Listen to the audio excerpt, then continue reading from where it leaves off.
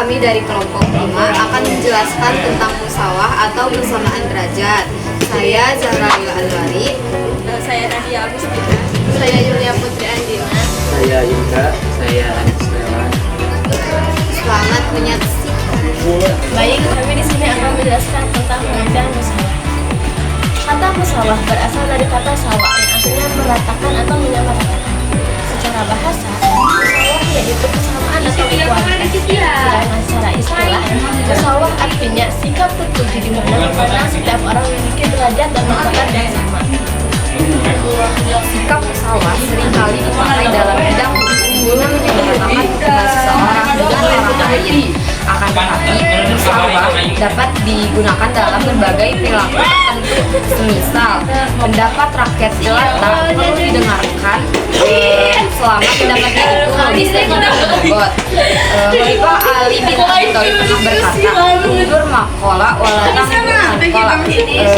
Lihatlah perkataannya, bukan orangnya. Yang kedua, ada musawah dalam Islam. Menurut Muhammad Ali Al-Hasimi, ada beberapa prinsip musawah. Yang pertama, ada persamaan adalah sebuah keadilan dalam Islam. Nah, maksudnya setiap muslim memiliki hak dan kewajibannya secara sama. Nah, yang kedua adalah setiap manusia sama derajatnya, tidak ada pengistimewaan tertentu pada seseorang terhadap orang lain. Nah, misalnya ada orang kaya dan orang miskin. Nah, orang kaya seringkali dianggap derajatnya itu lebih tinggi daripada orang miskin. Tetapi setiap orang kaya dan orang miskin itu derajatnya sama. Selanjutnya, yang ketiga ada memelihara hak-hak non-muslim, diantaranya memahami perbedaan keyakinan dan ritual agama. Maksudnya, seperti yang kita ketahui bahwa di Indonesia itu memiliki banyak agama atau keyakinan yang berbeda-beda. Nah, kita sebagai orang muslim, sebagai yang menganut agama Islam, harus mentoleransi kepada agama-agama yang lain atau tidak membeda-bedakan antara agama Islam, agama Katolik. Selanjutnya, yang keempat adalah persamaan derajat antara laki-laki dan perempuan adalah kewajiban agama dan lainnya. Maksudnya adalah dalam hak dan kewajiban Islam menjadikan keduanya sama. Nah, seperti yang kita ketahui bahwa pada zaman dahulu perempuan itu dilarang untuk memiliki pendidikan yang lebih tinggi. Nah, sekarang setelah adanya emansipasi dari Kartini, bahwa perempuan itu mendapatkan hak untuk memiliki pendidikan yang lebih tinggi. Poin yang selanjutnya adalah persamaan sosial di masyarakat.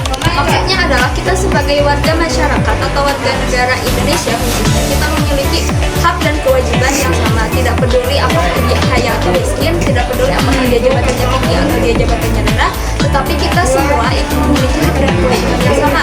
Kecuali ada pengecualian kepada orang yang misalnya dia memiliki hak otoritas tertentu, misalnya pemerintah yang memiliki kebijakan atau kewajiban dan berwenang untuk membuat undang-undang, sedangkan kita sebagai warga masyarakat biasa itu tidak berkewajiban atau tidak berwenang untuk membuat undang-undang atau hukum tersebut. Itu perbedaannya. Nah, yang selanjutnya adalah persamaan manusia di depan hukum.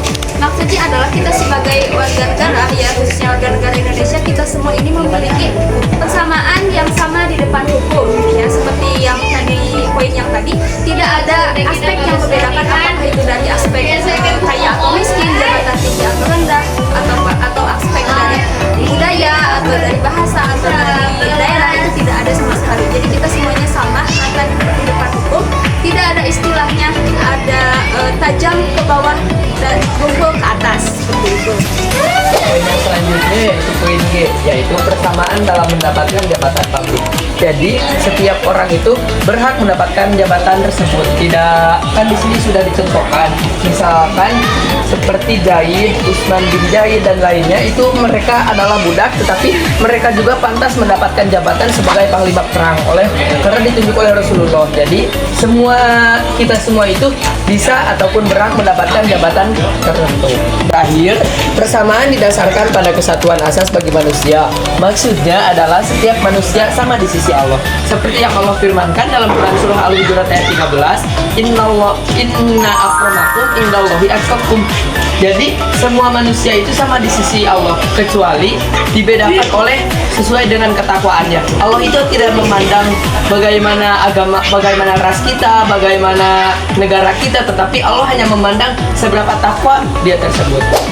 Baik, untuk poin selanjutnya yaitu mengusahakan berperilaku musyawarah dalam kehidupan sehari-hari.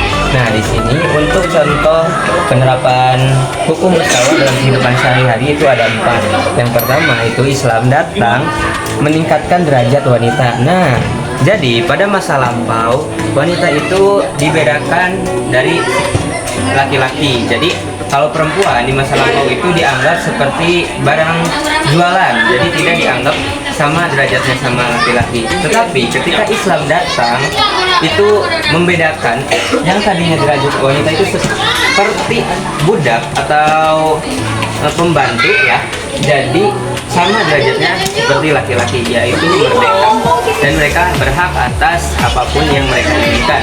Nah, yang kedua itu adalah ketika seorang Yahudi menagih hutang yang belum jatuh tempo pada Rasulullah dan dia menagihnya dengan kasar. Nah, pada saat itu Rasulullah SAW dibentak oleh seorang Yahudi. Lantas sahabat bertanya, "Ya Rasulullah, kenapa engkau membiarkannya padahal dia seorang Yahudi?"